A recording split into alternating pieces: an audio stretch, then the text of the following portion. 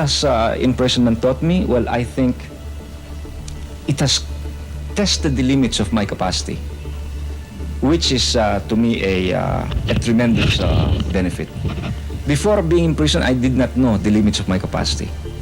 I either overestimated myself or underestimated myself in many instances. I now agree that man's reason has a limit. That's why he's man. That's why he's finite.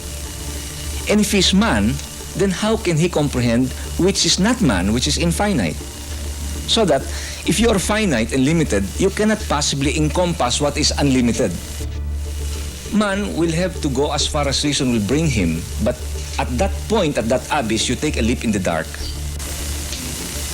It's a matter of fate. In other words, where reason ends, fate begins.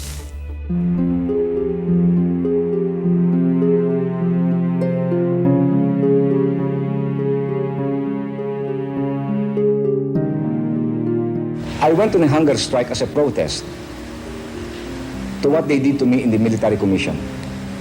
But more than a symbolic protest, I must admit, I had a death wish. I wanted to die. But somehow on the 40th day, I was struck by that letter of Father de la Costa to me. And he said, "Do you think by trying to die you are being courageous?" He said, "You're not being courageous, you're a coward. It is more courageous to go on living. You're opting out. You're escaping. And it's an act of cowardice.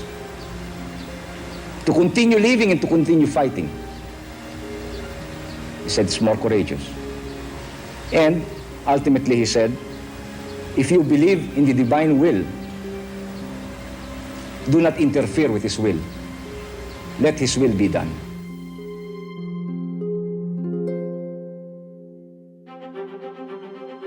I have been in solitary for 5.5 years, and you don't know, Mr. Nabal, what is to be alone 24 hours a day. Why do you refuse to present evidence in the Beautiful. court? You know, Mr. Marcos is the Commander-in-Chief of the Armed Forces of the Philippines. All of these generals are military officers. Mr. Marcos said I'm guilty by overwhelming evidence. He ordered me to jail for 5 years. If these officers will say I am innocent, it's just like saying Mr. Marcos is a liar. And they will never do that. All I ask Mr. Marcos is, send me before an impartial tribunal, not a military officer. Wouldn't you think that by making a statement such as that, you're really questioning the integrity of all these men? No, it is the circumstance, Ronnie.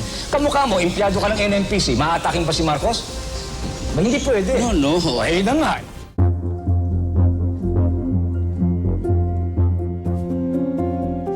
This struggle can only mean victory for all of us. It will mean victory because we are different from those that we oppose.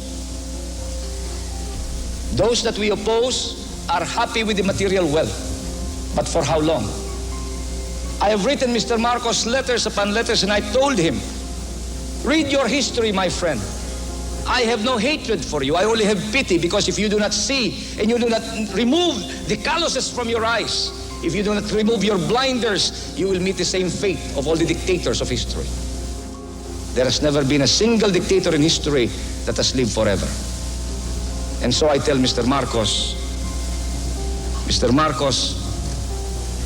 study the lessons of history before it is too late. I am returning to the Philippines because my country is now in crisis. We are in terrible economic crisis, and maybe soon we'll be having a political crisis.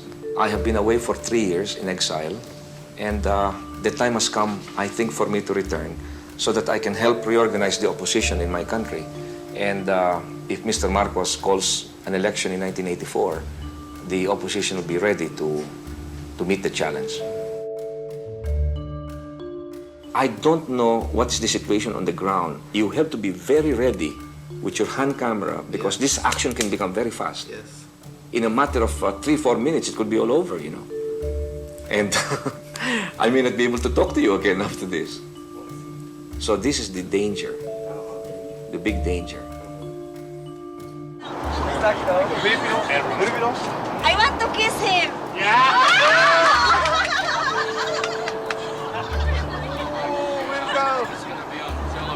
My wife won't like that. I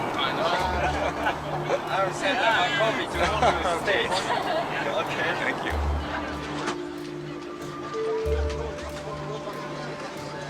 I suppose there's a physical danger because, you know, assassination is part of public service.